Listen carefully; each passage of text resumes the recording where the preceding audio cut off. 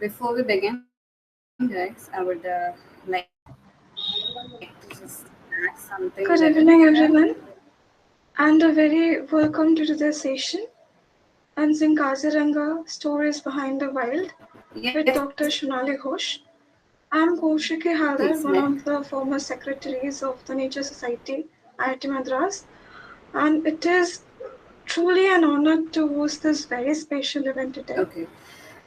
This So session is jointly brought to I you want by you guys to Kaziranga be House, interactive IIT here. Madras, So with that, and Nature anytime Nature ma'am Society. mentions the word rhino, come And in the we are chat. So deeply we'll through this we thankful can to make a both very live virtual like Kaziranga session. Yes, Uh, just a sec. Just a second, guys. I hope I'm audible to all of you. Kaushiki, Srishti, both of you are on mute. You both was speaking at the same time. It was not audible to anyone. So I have muted all. Um, I hope that is clear to you. Kaushiki, you're on mute. Kaushiki, I hope I'm audible to you.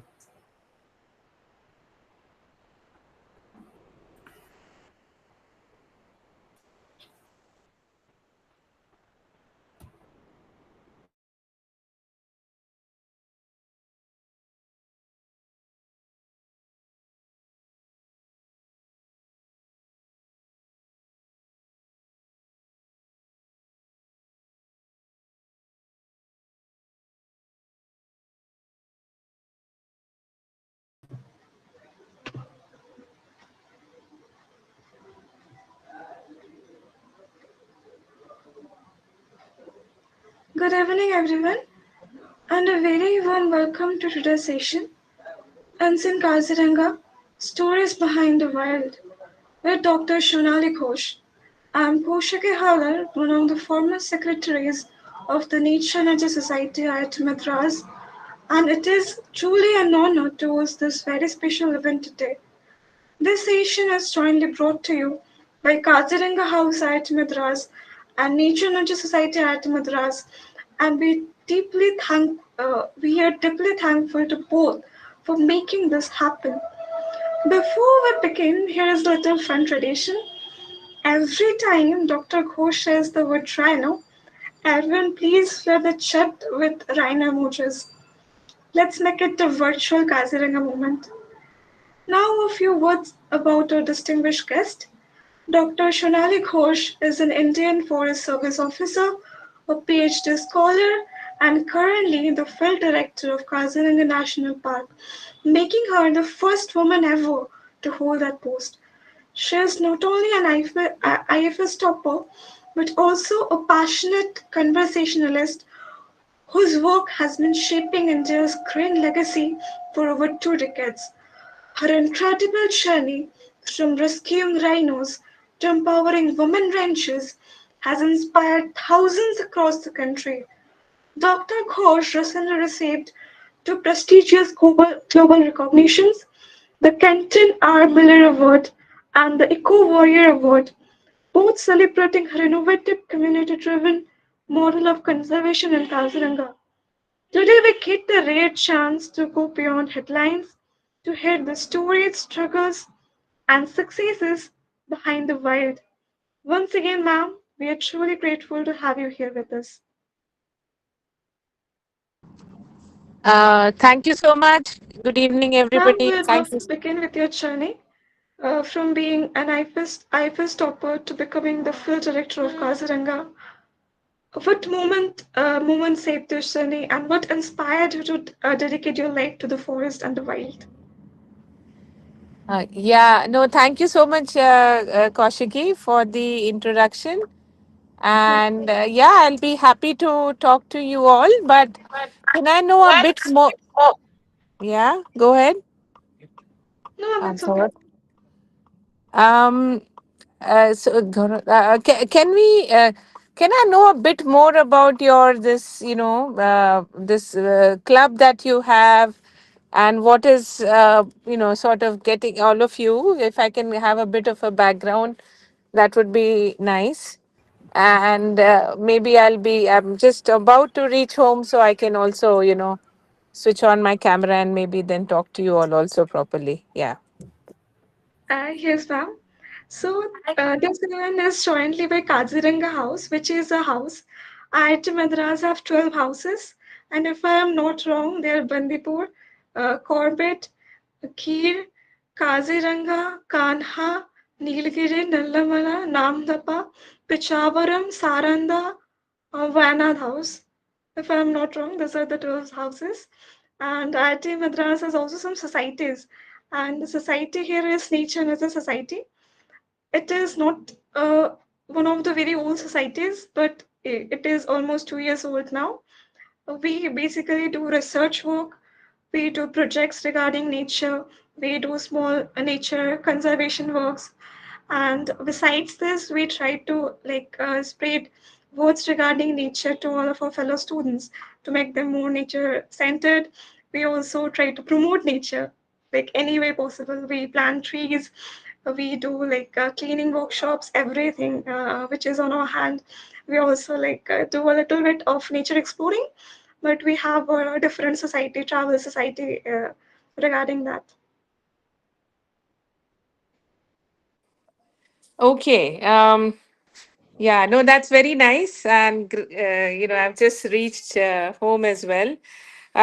So, yeah, no, that's good. And so, should we, I mean, how do you all want the format? Should we just be talking to each other, or would you be happy to see first a bit of Kaziranga yourself, either through a video or through a presentation, and then we talk, get into the conversation? Please let me know because, yeah.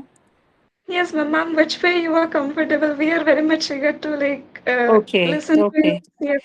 okay. So, what I'll do is, if you can just bear with me for 5 minutes, there's a very short, beautiful video about Kaziranga. I'll try to WhatsApp it to Kaushik. I think I was connecting to him. It's nice. It was just, released yesterday. And it is, although it's in Assamese, but I think it's nice. It's a song, and then I could do a very quick presentation. Sorry, I was not also able to get my presentation in order. I mean, it was done for the French ambassador who was visiting us, but I could just kind of give you an overview, and then maybe we could have questions about that, how this thing about how you all can contribute, or for that matter, what are the challenges of living in protected areas, or working with protected areas. So just give me 1 minute. I will send this song to Mr. Kaushik. I'll just do that. Yeah. We have okay.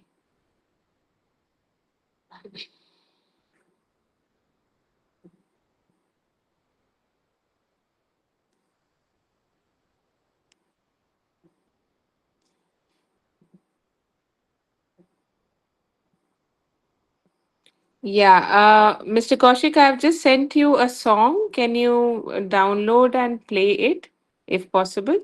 Ma'am. Yeah. Yes, ma'am. Just Yeah. 2 minutes. Yeah.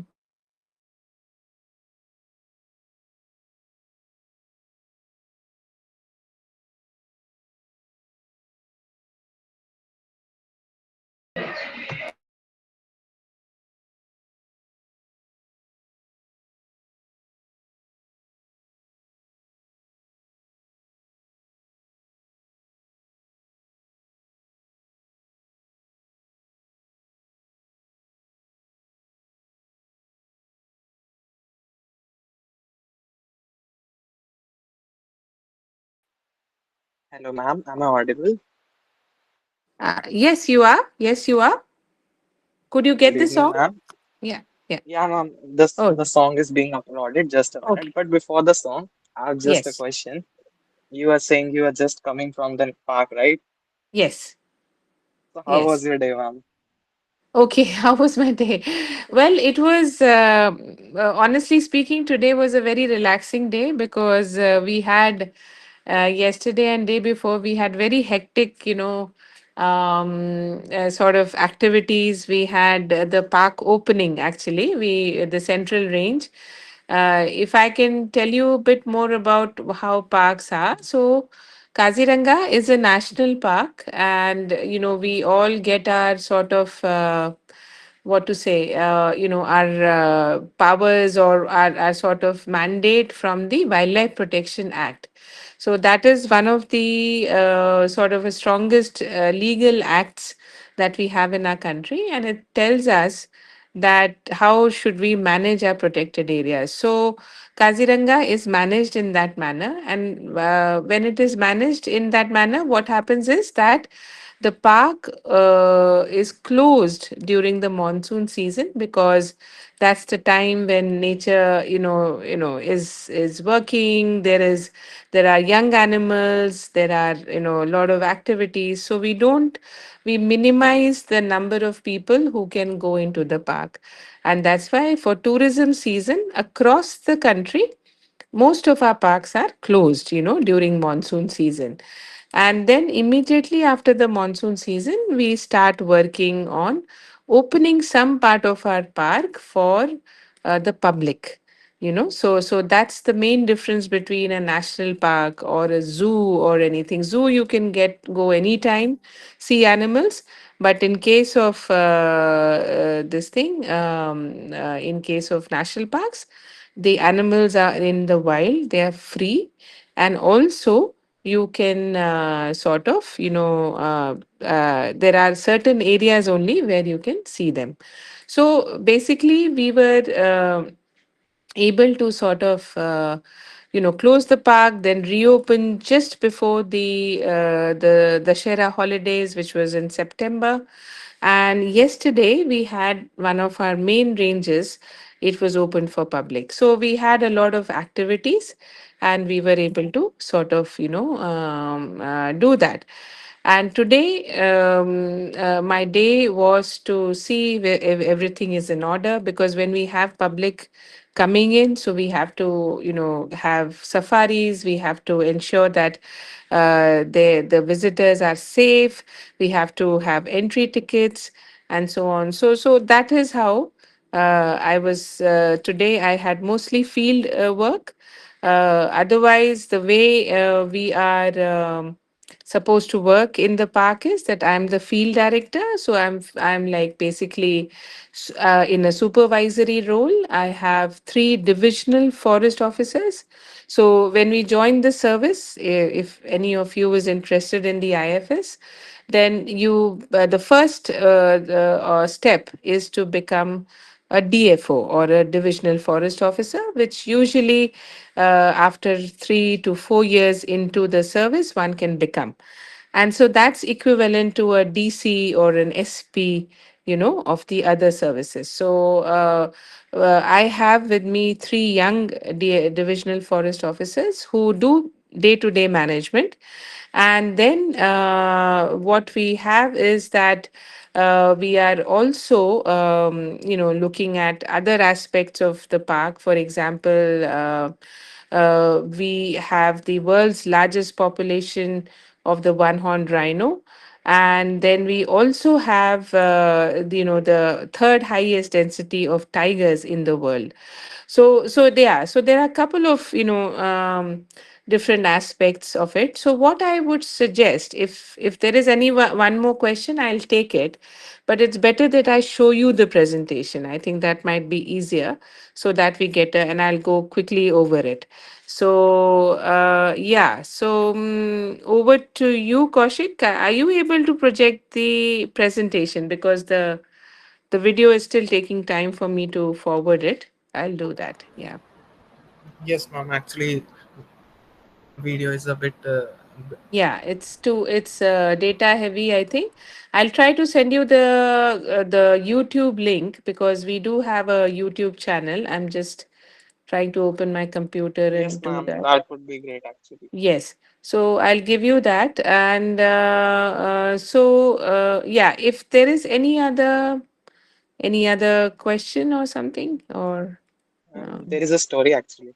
okay, okay, So, ma'am, actually, we are from Nature Nurture Society, right, and we are an online group. So, when okay, the society was formed, right, and when after I joined, in the July, okay. So there was right, a question, what right, can I do? We are okay, working online. We are okay, all the students of an online degree. What can right, we do? okay. So there comes a part. You Mm-hmm. guys are working great. Yeah. You are working in Kaziranga National Park. Yes. Before that, we had a session with the sir, Dr. Yes. Rajendra sir. He's like Yes. waterman of India. Uh-huh. Yes.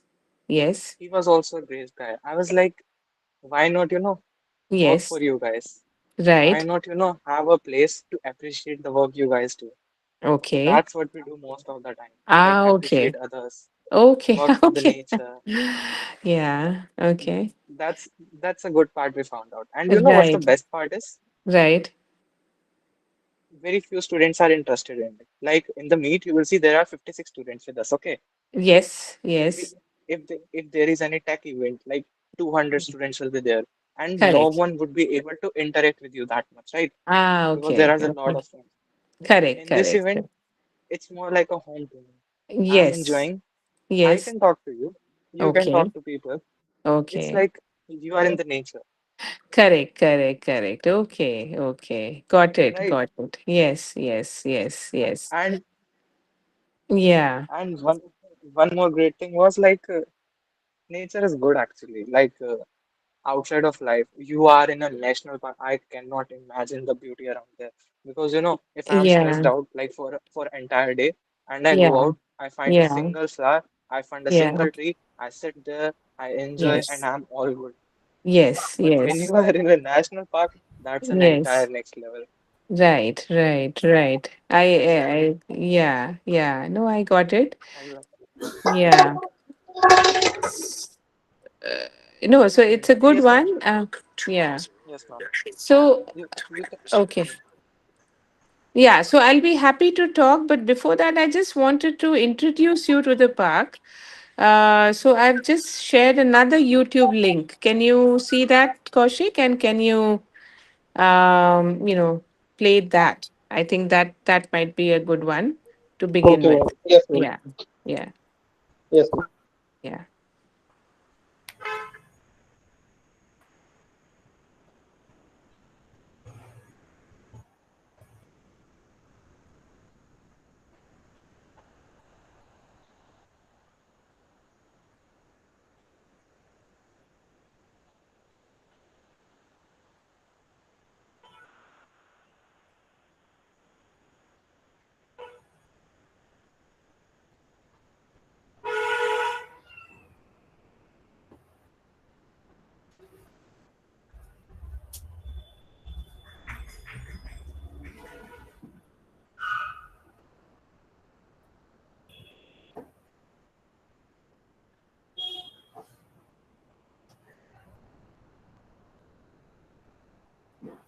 Is the screen visible, everyone?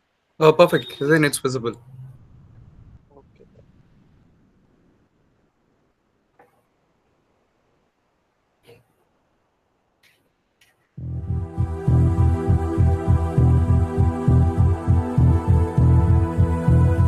Welcome to Kaziranga National Park and Tiger Reserve, a UNESCO World Heritage Site located in the heart of Assam, India.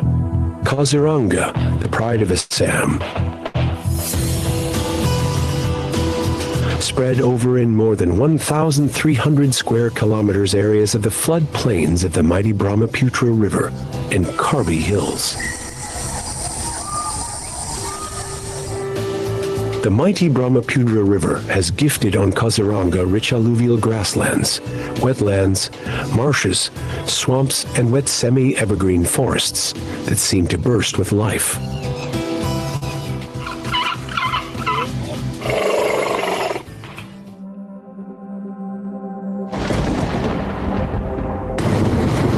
during the monsoon season every year, the river overflowing the banks and fill up low-lying areas of Kaziranga. Flood has become an annual feature for Kaziranga. As soon as the park is submerged by the floodwater, the animals start migrating to the Karbi Anglong Hills on the south, also move to the nearby tea garden areas for shelter through the animal corridors, populated villages, and across the National Highway 715.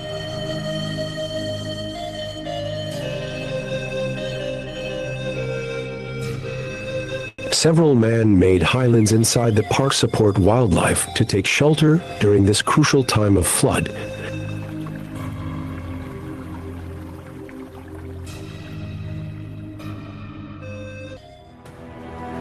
Heavy traffic on National Highway 715 is the biggest challenge for wildlife to cross it safely.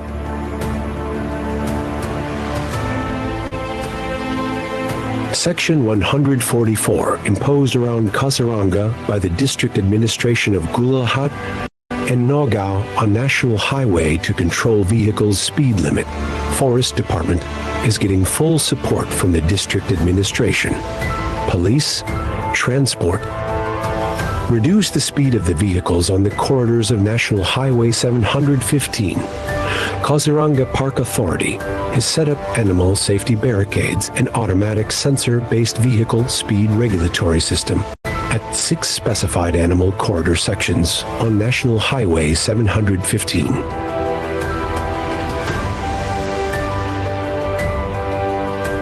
All passenger vehicles, both private and commercial, are allowing to move at the regulated speed, strictly with escorted by police and forest staff in every half an hour of interval.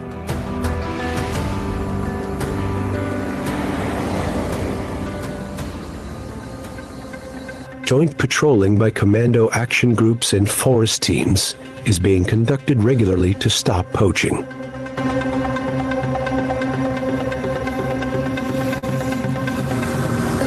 Additional staffs from neighboring divisions have been deployed to intensify patrolling.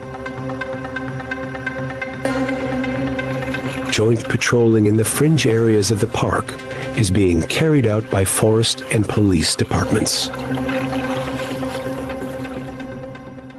Kaziranga National Park has a well-equipped and well-set-up of rescue and rehabilitation center. Wildlife Trust of India and Assam Forest Department jointly working on rescue operations during flood.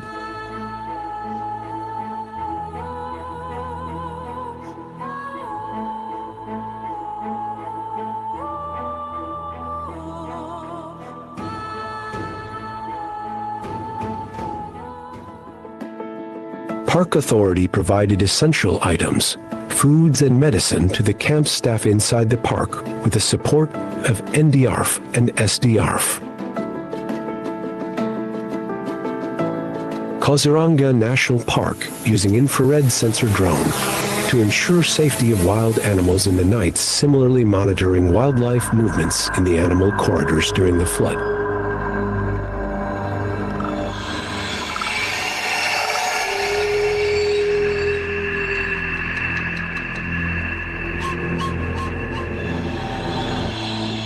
As floodwaters recede, Park Authority remove water hyacinth that chokes our water bodies. The guards are the ultimate guardians of Kaziranga, every guard with his pride in protecting Kaziranga's animals and great experiences in living alongside them. They have a cause, a pledge to protect the World Heritage Site. We acknowledge all staff of the National Park, including the domestic elephants, who have contributed towards the saga of the whole success.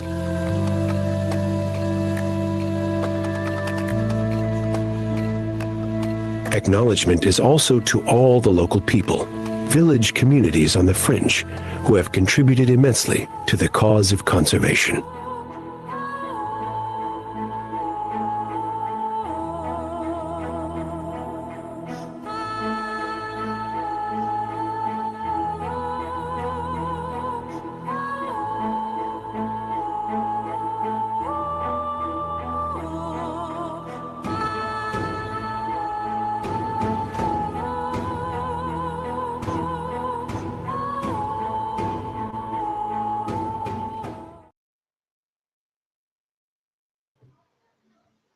It was an amazing video. It does tell us a lot about Kaziranga. It actually kind of motivates us to visit there one day. Ma'am, do you does Kaziranga offer educational tours to college students or something like that, ma'am? Yeah, absolutely. So I think the reason why I wanted you all to see that video is that, seeing is believing, and you all are a very interested group. You all, feel for nature. You're an online group, but many things what online cannot replace is the beauty of nature. Okay, so you all would need to visit it, experience it. In for young people like you, there is a very interesting philosophy which is called in Japan. It's called Shinrin Yoku. You could Google it. It is basically called as it is basically forest bathing, they call it.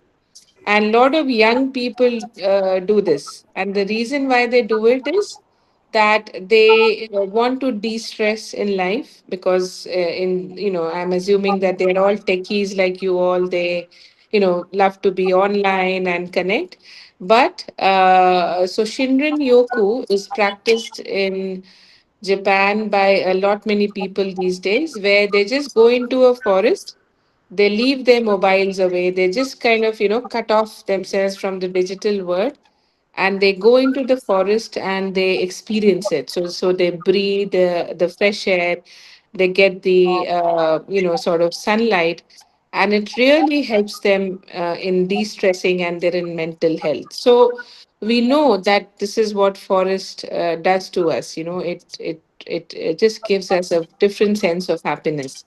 So I would, I would definitely want that as a group, all of you, you should make a plan to come and do that very soon. I mean, you could think of maybe December holidays or January vacation time, because the park is open. And yeah, I mean, see it for yourself, and then, fall in love with Kaziranga, yeah. Of course, you can meet me. I'll be around. So, yeah, we'll be happy to coordinate, facilitate if you all make a plan, and yeah, show you all around. Yeah.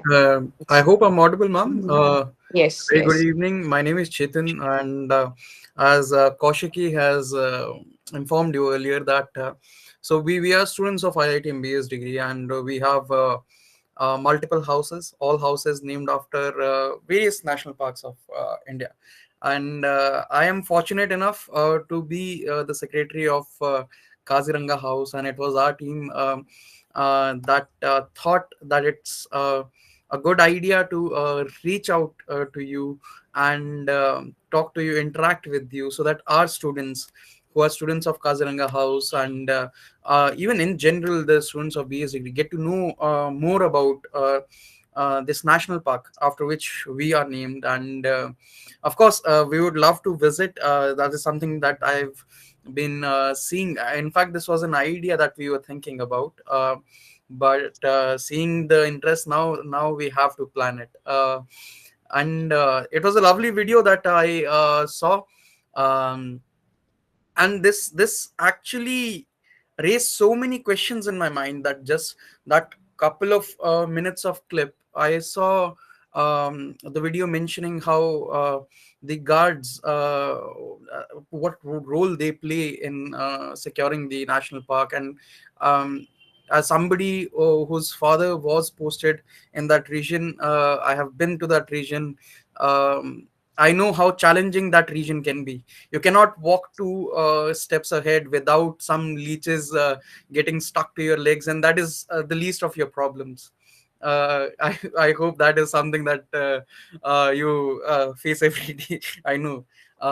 So I saw those guards. They were not the best equipped uh, to face the challenges in that area, but they were the most determined. And that is something that we see all of you doing every day. we see these headlines. These headlines look very beautiful, that okay, the population of the one horned rhino is increasing every year. The royal bengal tiger density is increasing. But often we don't know the efforts that go into securing those wildlife. And that is something that I wanted to know. How does how does your schedule day to day look like? What are the challenges that you face? We have the Asian elephant in Kaziranga, we have the one horned rhino, we have the royal bengal tiger, we have other species. And what are the challenges that you face? Because you have to transfer that on foot. During monsoon it's even worse. You don't even have the places to walk. You have to use dinghies and boats, as I saw in the video. So I just wanted to understand what are the challenges that you guys face. Yeah, no, thank you so much, Chetan. And good to know that you've been in these parts. Yeah, so basically, Kaziranga, what you saw in the video, it's a floodplain ecosystem, so it's very unique. I mean, as I said, you have to see it to believe it, because it is the floodplain of the largest river in our country, which is the river Brahmaputra.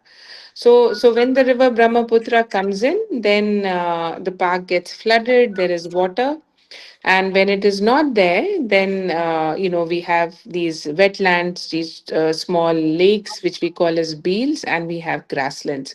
So because it's a floodplain ecosystem, it is very productive. I mean, if any of you is a biology student, so the productivity of the ecosystem is so high that it can support a good number of herbivores, especially because it has these alluvial grasslands, which you saw. Now, coming to your question of how our day is, and it is, yes, it is challenging. But over the years, what has happened, Kaziranga has a history of conservation which is more than 120 years now. They say that in the year 1905, I mean, people say that Lady Curzon, who was the wife of the Viceroy of Lord Curzon at that time, she came to Kaziranga and she could not see any rhino, and she was very worried. She said, "Oh gosh, I've been hearing, but I have not been able to see." So they say that she sort of started the letter and said that we should protect this animal. And during that time, one can imagine that there was hunting. So until 1950s, I would say, hunting was allowed, as part of what we call as trophy hunting or game hunting and so on. Even many of our wild animals like elephants and rhinos, their products, their animal products were traded, because that's the culture of that time. It is like every generation, every era, our thinking changes. It's only in later on we came to know that no, these practices by humans is detrimental, and because of which the animals are depleting in number. And that's how the Protection Act, the Wildlife Act in 1972 also came up. So when it came up, it said we have to come up with areas exclusively for protection, which is 1974. Kaziranga National Park was established. And when it was established, they said, how do we protect this place? So they set up these camps, like what you saw in the video. And you'll be happy to know that we are one of the highest camp to area ratio in the world. So we have one camp or one anti-poaching, chalky, or you can call it a building, per 5 square kilometer. So every 5 square kilometer, there is one sort of a place where we have these forest guards. These are forest guards, game watchers. They stay for years together, which you saw in the video, and their main job is to do patrolling. So for them, a day routine and a night routine is to go on foot and check. And it is a dangerous job, no doubt, because it's not just leeches, it's not just the discomfort of walking in a tropical jungle, but it is also the threat from poachers. It is also the threat from wild animals. A rhino, an adult rhino, can weigh up to 2 tons. So that is the sheer size. And this rhino is an animal of the prehistoric era, so it's from the age of dinosaurs. So it has a very small brain, but it is, it's got a very nice, it's got a good smell and very poor eyesight. But it is, it's just a big animal. So anything happens, any perception of threat, they just charge. So many times we are, and our people, our staff who are walking, they have got injured. They have sort of, had very serious injuries, sometimes even fatal injuries. And yes, it's hard to escape from a charging rhino.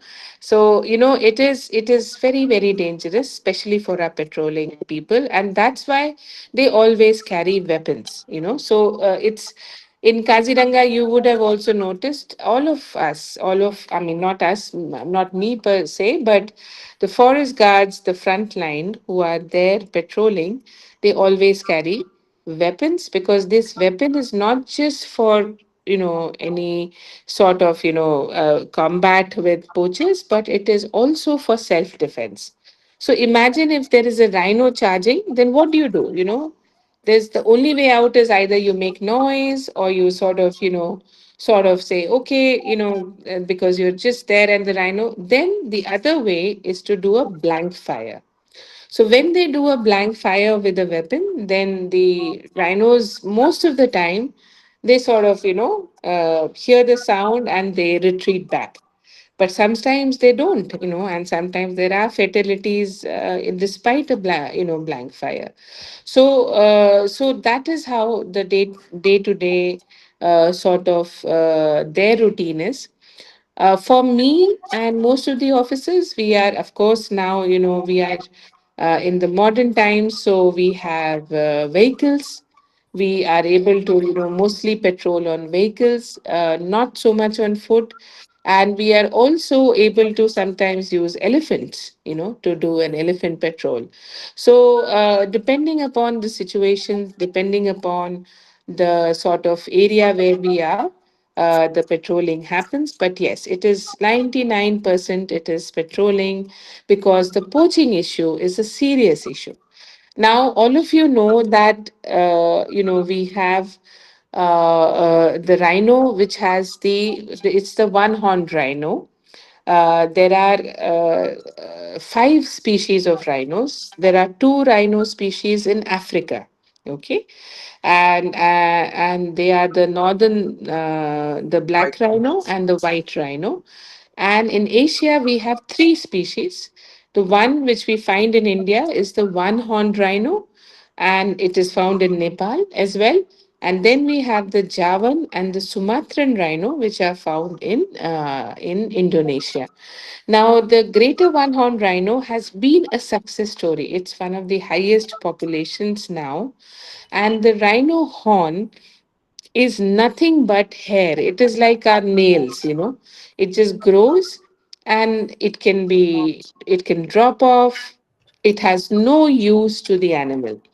So, but it is made up of keratin, correct? And but it is sort of having mythical uses in Oriental medicine and so on. So it is primarily traded, and also it's primarily across the border. And it is, we know for sure that it is going to Southeast Asia. It goes via Myanmar, it goes to China, Vietnam, where it is nowadays it's a status symbol. It used to be, and it's possibly being used for Oriental medicine, but otherwise it has no use whatsoever to the animal. So these poachings, which were at a time around 50 to 60 rhinos used to be poached in a single year, have been brought down to almost zero. So that has been the Kaziranga model of conservation, and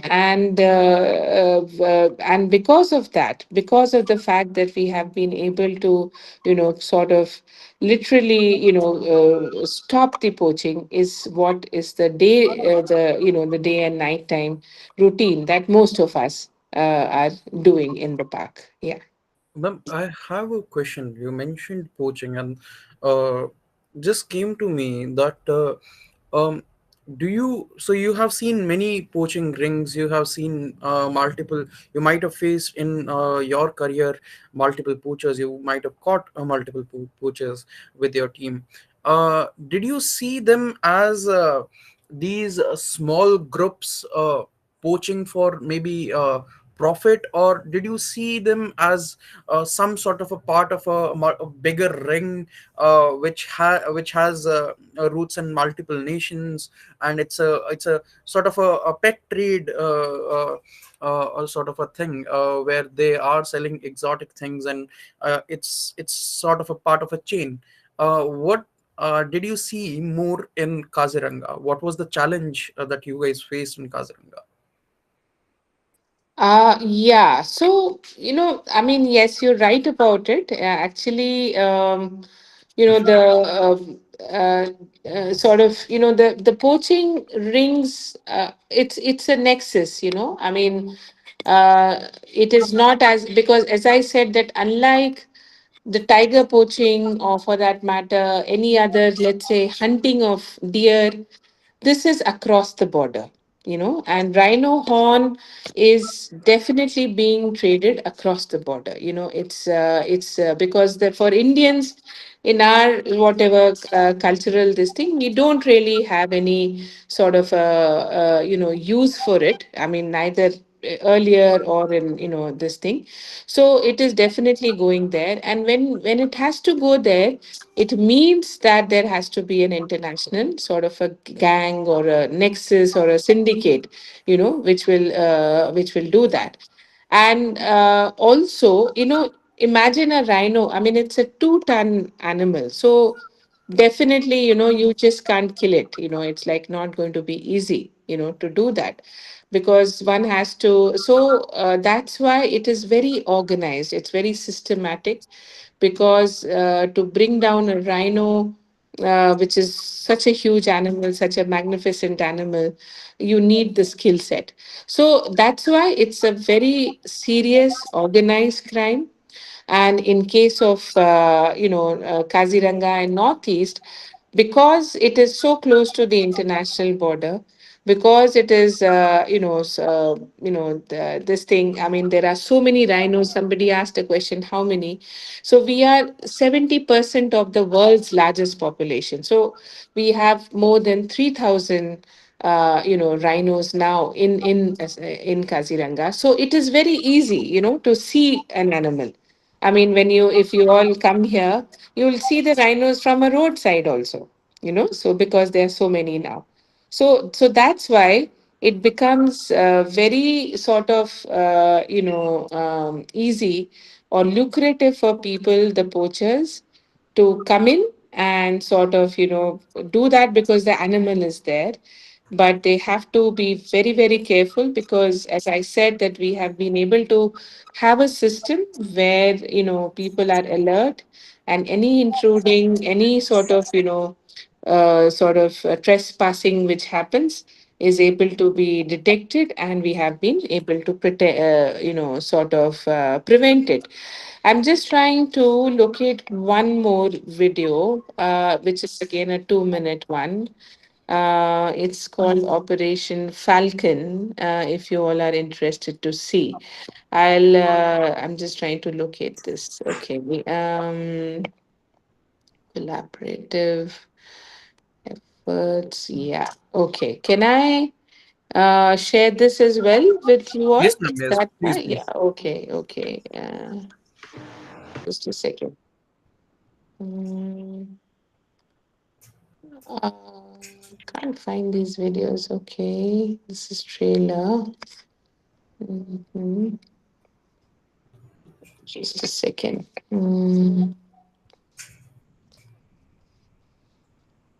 Okay, I'm not able to see it again, but that's okay. We can take a few more questions by that time. Yeah. Hello, ma'am. Ayush. Actually, Okay. We have a uh, question from Ayush, ma'am. Ayush, please go ahead. yeah, thank you. Actually, ma'am, I'm curious to know about what kind of support you get from the local people. And one more, I am wanting to know about, like in the rainy season, in the monsoon time, when the tigers migrate from the national park zone to the rural areas or to the population area, if the case of like animal attack happens, what kind of strategy you people try to use that to control the people to not hunt down those animals, and how you make sure that these kind of animal attack in the population area could be controlled or could be minimized? Can you share a light on it, ma'am? Yeah. No, very right. I think what actually we have really realized that without the support of the local community, it is very difficult. It's very difficult to sustain a park because animals come what may. We are a nation of very high human population. So to have areas where there will be absolutely no humans is literally impossible, except for very remote areas. So there is a lot of very strong human presence which is surrounding the park, and it is very very important that we get their support. Like you would have seen in the observed in the video, we every time the flood happens, the animals are actually out of the park, and in case if we don't have the support of the people, then there will be chaos. They will be killing animals, animals will be killing humans, and it will be totally whatever we do for conservation will go for a toss. So that's why the communities become very very important, and over the years this trust of the communities has been built up. Now the main difference, and that's why I think as a house, you all will be different from rest of the houses. Is the pride? The Kaziranga is the jewel or the pride of Assam. It's a pride of, which is very different from other parks. In parks, I mean, you would hear about Corbett, you would hear about Bandipur or Ranthambore, but you do not hear of them in the same breath as Kaziranga, which is the pride of people. Every time you see any sort of a publicity of Assam state or Assam tourism, for example, there will be three, four symbolic, iconic pictures in it. It will be Kamakya temple, and it would also be the rhino, which is a symbol for Kaziranga. So it is basically that element, this intangible element of keeping having a sense of pride, which is very important. Yes, okay. When the tigers come out, it's a problem. It's very scary actually for everyone, because the tiger is scared, the people are scared, and it's a big cat. It's like any other, but it's a cat, and it's a wild cat. So it can be risky. It is dangerous, and it's basically again crisis management. It's like disaster management. So we do have teams in place. So the best thing what one if there is a tiger which comes out of the park and is in the habitation, the best thing which science has brought in is tranquilizing a tiger, right? So one can easily tranquilize a tiger and make it unconscious. Unlike a rhino, it's not at all easy to tranquilize a rhino, but to do that for tigers, for cats, it's pretty relatively easy.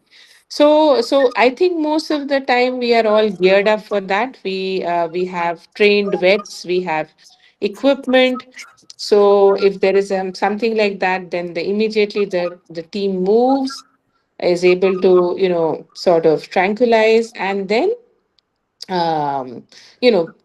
take it, capture it, and put it back into the forest. That's how we have been able to manage. Sometimes there can be a failure for sure, But then, yeah, we try that. Yes.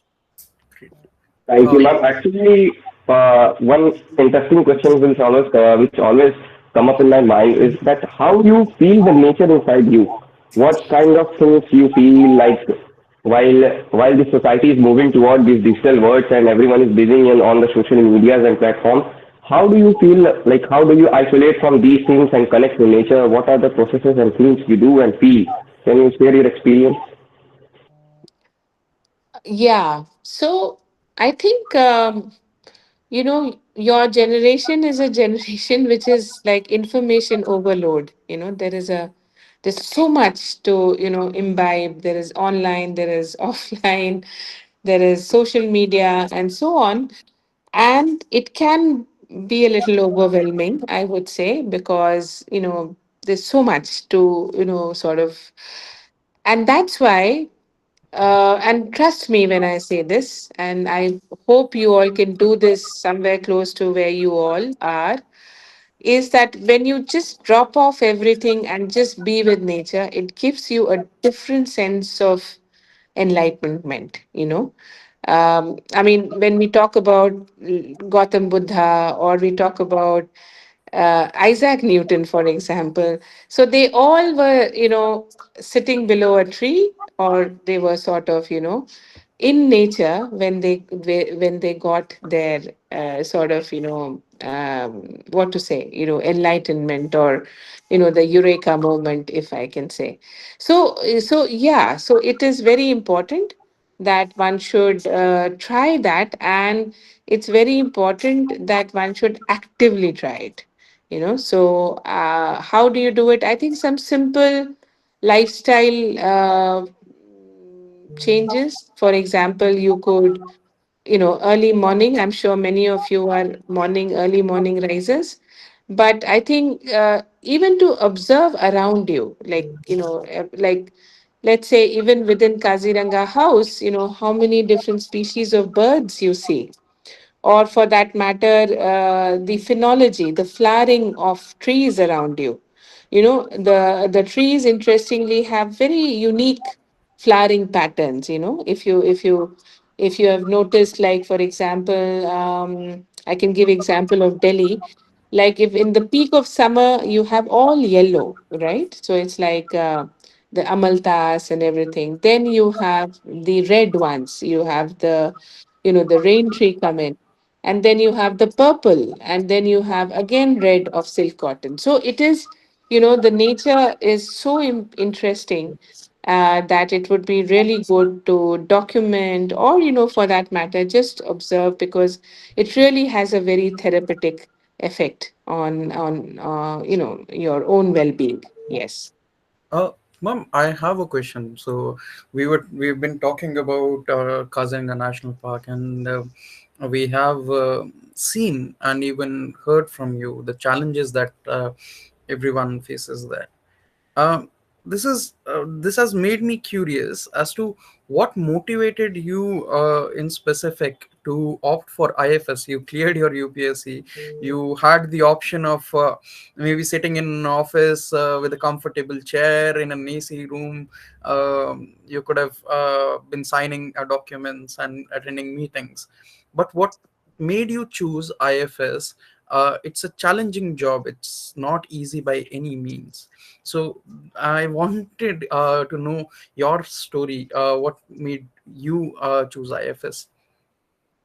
Yeah. So, well, of course, I gave my IFS examination in the year 1999, UPSC, and I joined in the year 2000. That time we had separate examinations. We had, the administrative service and others was UPSC, and we had this thing. The reason being that even till today, IFS exam is open only for science and engineering graduates.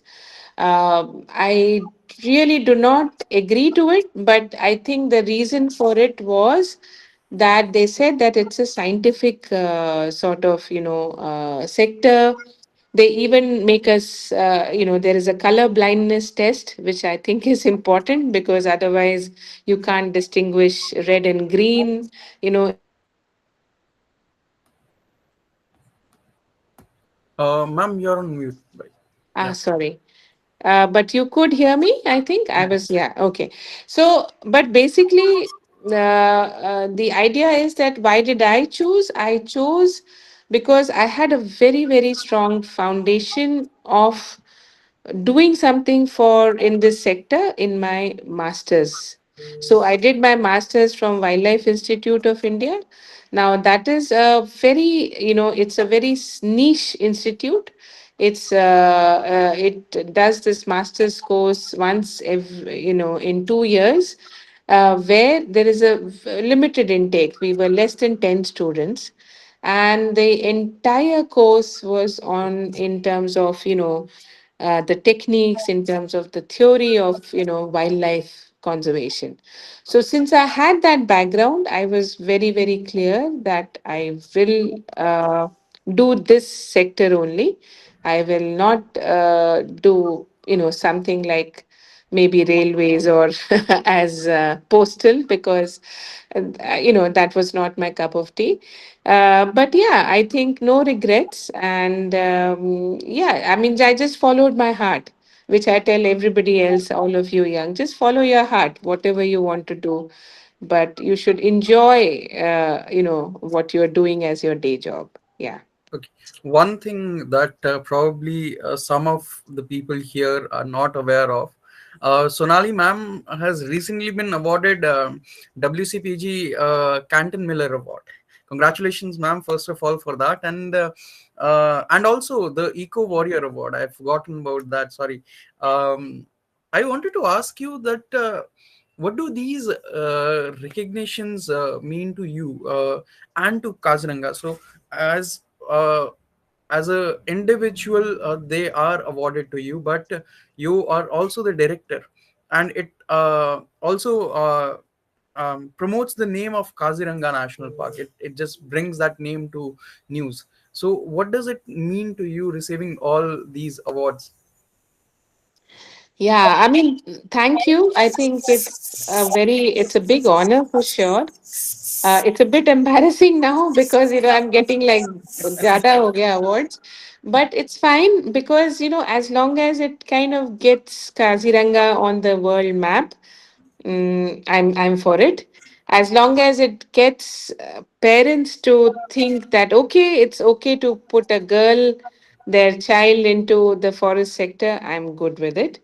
As long as it makes the women feel that safe, that yes, Northeast is good, and they can have a job of a career option in forest, I think I'm for it. So these awards mean a lot to me because it has been a journey. The history of the Kaziranga Park, for 120 years, there was never a woman. So yeah, I mean, we do have our own, challenges, our, sort of breaking the glass ceiling moment, that, because yeah, it's not easy. It's not easy to be here and doing this, but then one has a I have a great family. I've got a great supportive family. And the best part is, which is I tell all students, is, there is a term, I'm sure you all know this, it's called serendipity. Okay. So it's like chance favors the trained mind. So, as I said, I go back to my college, I go back to my master's course. And because I did that, because I liked doing it, it's something, it is just out of my calling that I got this opportunity to serve in one of the finest protected areas in the world. So it is in the end, it's all about your calling, your liking. It's about what you enjoy doing. It's been now more than 2 years in the park. Had I in my first month thought, oh, this is not my cup of tea, I can't take the stress, maybe I wouldn't have got these awards.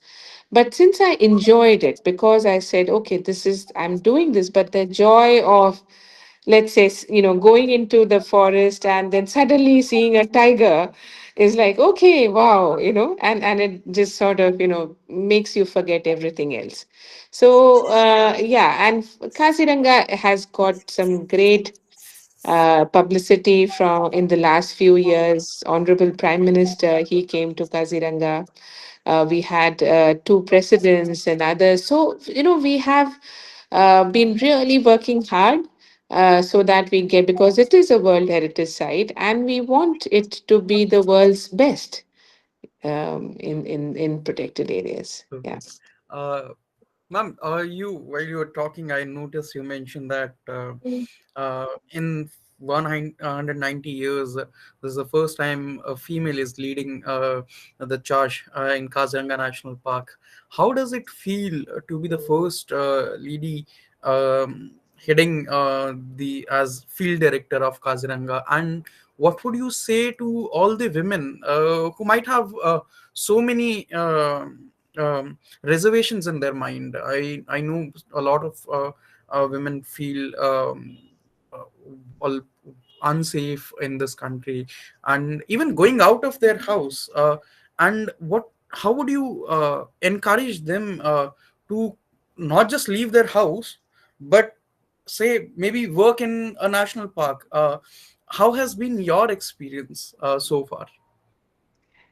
Yeah, no, I mean, as I said, the I was lucky, but at the same time, I was trained lucky, if I may say so. Like when people, my superiors, my political bosses, or my own, when they were considering names, they would have thought, oh, she's a woman. How will she manage? But then when they saw my accomplishments, when they saw that, yes, I am wildlife trained, it was an advantage which I had, irrespective of gender. So very, very important that one has a sort of a specialization or special skills which will make you, be picked up for a particular job. So that is one. In terms of telling other women, yeah, it is challenging. I mean, I'll be honest, it is challenging, especially when you are younger. Like, for example, I have done 25 years in this service. But when I was young, I was, around 30s. I had a young kid to look after. You don't have the sort of facilities or the salary when you are in a junior position. So it can be a little overwhelming to many women. It can be. But then it is very important to just sort of, just be consistent with what we do, rather than sort of giving up on it, and that's why the government has these days, especially in government jobs or even across, even in private sector or academia, there is something called a child care leave. There are, support. There are, these days we have fresh facilities in most of the working areas. So I think it is just to be a little more, what to say, don't give up. That is what my advice to women would be. And think of the long run, rather than thinking for today, oh gosh, I have to take care of my children, or I have to go home and cook food. Those things will be taken care of in the this thing, in the eventuality. But just don't give up, and just follow your heart, whatever sector you are. If you feel you are, you enjoy doing it, because in our productive lives, what is happening, we are spending around 8 to 10 hours into a job in a place with people who in a with whom we spend years together. And if we are not liking it, if we are not liking our workplace, if we are not liking the people with whom we are, it can become very, very stressful. So it is very important that you do what you feel like. If you like a desk job, just do it. But yeah, so don't crib about it, and basically, do what you feel like. Yeah. Okay, there are several hands. Yeah. Okay. Shall we just take these questions and then wind up? Yes. Because, yeah, yeah. Okay. Actually, ma'am, yes, that's what we wanted to say. Yes. We have a little bit of time constraint. Yes. You spoke a lot, and you mentioned about a video, right? About Operation Falcon. Yes. Could you get it on Yeah, that? Yeah. yes, ma'am. It's on your YouTube channel. Yes, I was I'll trying. play I mean, that. so, but yeah, you can play that. It's a nice video. It's just another short video. Yeah. Yes, ma'am. A 2-minute video I found out, right? Yes. Yeah. Yeah. Yes, ma'am. And after that, over to our host, Kaushik. Yeah. Yeah. Srishti, you have your hand raised. If you have a question, you can ask. No.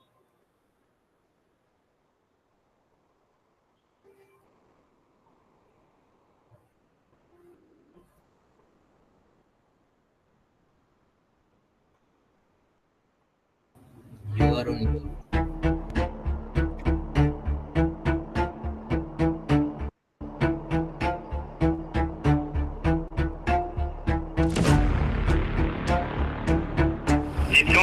Leopard.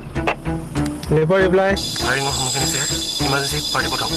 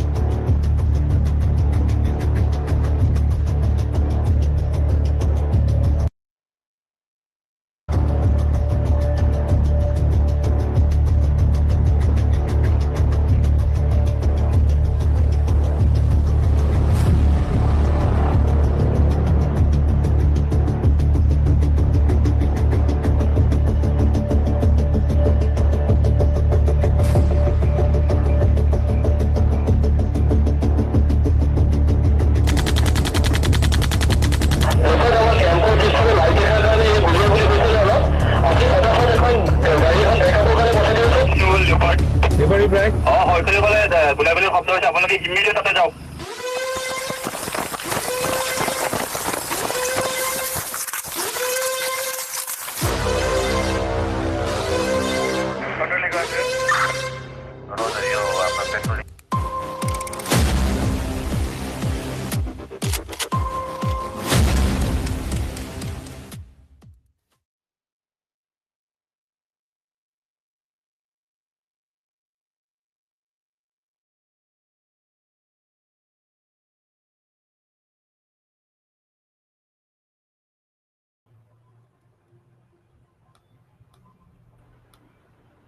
Am I audible?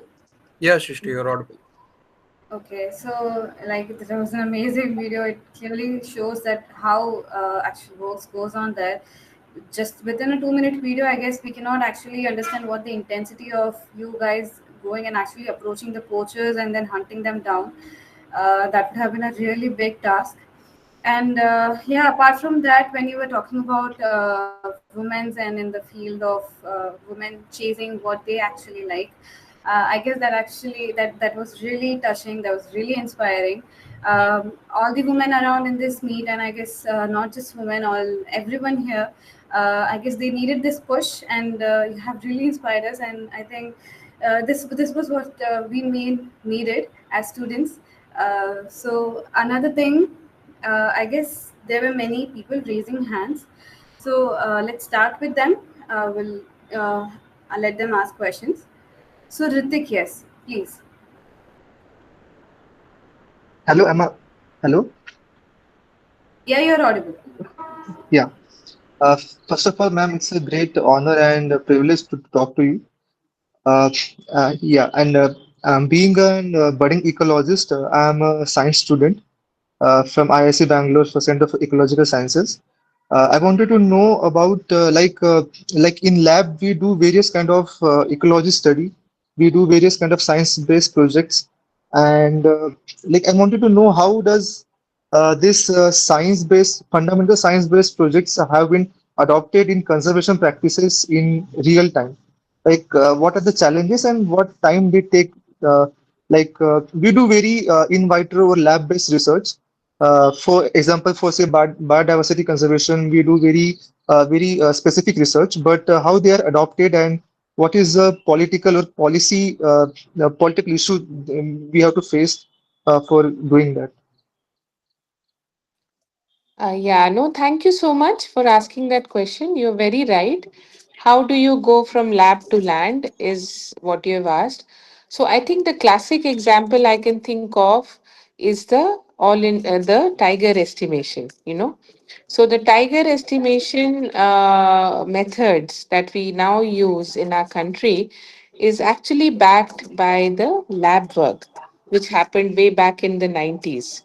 So, why do we need to understand how many tigers there are? Because we do a management which is species based. We say if we protect one tiger, we are protecting everybody else, which is, in the food chain. So that's our concept. So unless we know how many tigers are there, we will not be able to, implement our strategies. And to understand how many tigers are there in the wild, we use what we call as the mark recapture or the camera trap technique, which was actually fine tuned and also it was done in the lab. So there is one direct, like you asked, in terms of, which has helped in wildlife management, a direct sort of outcome out of lab based. Other options could be, like, for example, these days is climate change, or for that matter, this whole One Health approach, which is telling us, because, after the pandemic, what has happened is we know that out of the 10 diseases which impact humans, at least 7 to 8 are zoonotic. Zoonotic means they get transmitted from human animals to Humans to humans. animals, humans. So now that becomes very important. And how do you study it? How do you sort of, come up with the strategies to not just help humans but also the wild animals? Is again a One Health approach, or disease identification which happens in the lab, and then we, either we are getting vaccines for the animals, especially the livestock, or we are having other preventive strategies. So yeah, I mean, it is there. I think the main challenge is that whether these technologies, many times, the technologies may not be, acceptable, or it is too late, or it cannot be replicable, or it is too expensive. So those are the challenges, but it is catching up. Yeah. Ma'am, one more brief question, just a small question. Like as per a student, we need various confirmation for field work. Like what are the like as a laws or permit we need for doing the field work in Kaziranga as per se, and for international and national student. If someone from international laboratory has to work in Kaziranga for some conservation kind of stuff, so what kind of permits and rules they have to follow? Yeah. So, Kaziranga, research has been difficult because A, you cannot walk. You cannot walk in the field because it's so risky, and there are so many animals. So there, that's where the challenge is, because for research, one has to go, we has to put up, a sample and so that has been one of the main challenges. But like any other park in the country, Kaziranga also has the same set of rules. It has the same set of under the Wildlife Protection Act.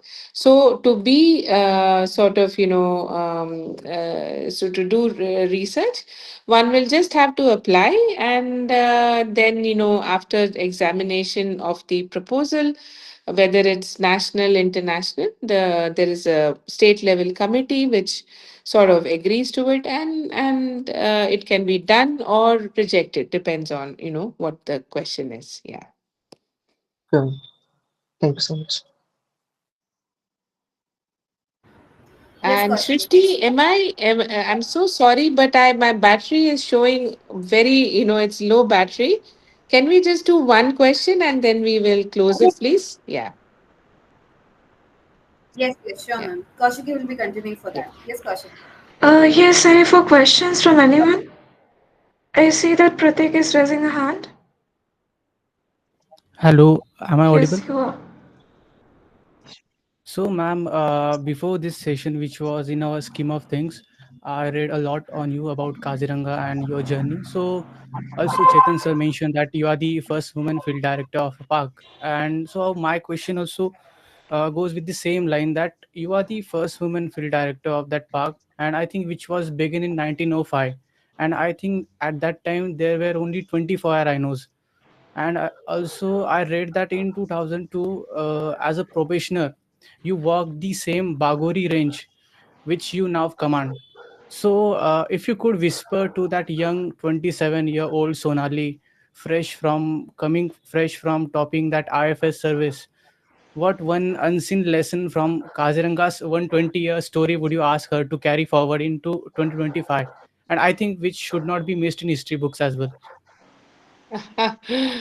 Very good question. Very interesting. Yeah, what would I tell my younger self? I would have told my younger self that, to carry forward is to walk the forest. And when I say walk the forest, it's basically never lose the curiosity and the wonder for nature, which as young people we have. A child has much more, sort of awe and admiration and curiosity for nature compared to the adults, young adults. And by the time they reach my age, I think we just sort of, lose it all and we are like, okay. Yes. So I think I would have told this and carried this forward, because every day is a learning day. We nature inspires us by revealing so many wonderful things, and we should always be a lifelong learner when it comes to Mother Nature. Yeah. And ma'am, one last concluding question, which I wanted to ask you, that you have worked in both Kaziranga and Manas, which are very two different ecosystems in their nature if we look through carefully. So, if India were to design a Kaziranga 2050 roadmap, what would you insist must not be compromised? No matter how modern our approaches become, no matter how we technologically efficient we become. Yeah, okay, good one. Well, of course, I think one thing which we should not compromise on is what we call as, in our scientific terms, is inviolate area, which means that set aside areas just for animals, wild animals. No footprint whatsoever of any humans. So we should not encourage more tourism areas. We should not say, oh, we want this to be opened, we want this to be this. There should be just areas which are just for the mother nature and the animals to do the way they are, and that is what we call as the core zone. So this is very very important, and it's tough to do that. Why? Because ours is a very populous country. There is always this challenge of development versus infrastructure versus all that. Everybody wants to go on Mount Everest, everybody wants to dive into the deep sea. So we are, as a human race, we want to go and explore, but I think some areas, because at the end of the day, they need their home. And you don't want, like in our homes, we don't want constantly a guest to come and sit there permanently. Similarly, for animals, I think we should just let them be. Yeah. Thank you, ma'am. Before we end, it is our tradition in Nature Society that whenever we have a speaker session, we ask for the speaker to give us a problem to solve. Would you like to give us any problem to solve? Good one. Never knew. Okay, Kaushiki. Yeah, well, I think you should. just why don't you all plan a trip to Kaziranga? That's your problem to solve. Yeah. Yes, ma'am. Definitely, ma'am. Mhm. Yeah. Okay. Yeah. Uh, as we come to the end of this truly enriching session, on behalf of Kaziranga House and Nature Society, I extend our heartfelt gratitude to you, ma'am, for taking a step into the unseen heart of Kaziranga. Your words today have not just spoken of forest and rhinos, they have spoken of courage, resilience, and compassion. We hope, ma'am, that someday we are definitely going to visit Kaziranga. And once again, thank you, ma'am, for sharing your time and wisdom with us. And thank you, everyone, for being such a wonderful audience. Together, let's keep the spirit of Kaziranga alive in our actions, our choices, and our hearts. Have a great evening and keep the wild alive. Thank you. Thank you so much. Bye bye. Have a great night. Thank you. Bye. Bye, Thank you so ma'am. much, Good Bye. ma'am. night, ma'am. Bye. Bye. Bye. Ma'am, Yes. excuse me, ma'am. Yeah. Ma'am, yeah, can you share your contact details, like any email or Yeah, yeah. sentences I file or could. anything, for I think I'm conversing with if Kosh. any student has to Yes, contact you? certainly. My email ID is Ghosh, GHOSH, SONALI @gmail.com. I always invariably respond on mail, so I think it's best that, yeah, there is somebody has written it. I think that should be all right. Yeah. Okay. Yes, ma'am. Thank you Thank so you, ma'am. much. Bye bye. Bye. Bye. Bye. Good night. Thank you so much, ma'am. Have a good Good day. night. Bye. Bye. Bye. Just a second, guys. I'll just stop the recording and live streaming.